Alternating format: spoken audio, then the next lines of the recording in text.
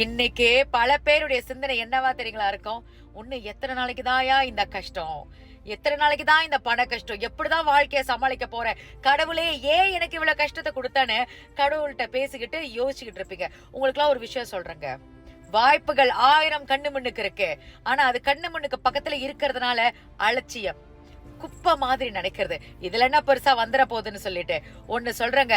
படைச்ச கடவுள் உங்களுக்கே உங்களை உணர வைக்கிறதுக்காகவும், உங்களுடைய திறமை என்ன, உங்களுடைய தைரியம் என்ன, நீங்க யாருன்னு உங்களை புரிய வைக்கிறதுக்காக பல வாய்ப்புகளையும் சேர்த்துதாங்க கொடுத்திருக்காரு. நீ இதெல்லாம் தேடி எடு, கண்டிப்பா நீ வாழ்க்கையில முன்னேறுவேன்னு சொல்லிட்டு.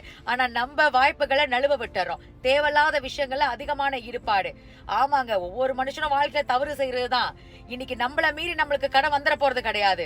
அந்த கடன் யாருக்கு கொடுத்திருந்தாலும் சரி, எந்த ஒரு விஷயத்த செஞ்சிருந்தாலும் சரி, அடுத்தவங்கள பாயிண்ட் பண்றோம் இல்லையா? ஆனா நமக்கு எங்க போச்சு புத்தி அந்த சமயத்துல? ஆமாவா இல்லையா? சுத்தி முத்தி பார்த்தாலும் தவறு நம்ம கிட்ட இருக்கு. இப்படியே உட்கார்ந்து யோசிக்கிறதை விட கண்ணு மண்ணுக்கு எந்த வாய்ப்புகள் இருக்கு, அதுல எந்த வாய்ப்பை நம்ம கரெக்டா எடுக்கலாம், அந்த வாய்ப்பை எடுத்து எப்படி வாழ்க்கையில முன்னேறலாம்னு யோசிங்க. இப்படியே உட்கார்ந்து யாராவது கடன் கொடுப்பாங்களான்னு யோசிச்சுட்டு இருந்தீங்கன்னா கடைசி வரைக்கும் கடனாளியாக தான் இருக்க வேண்டும்.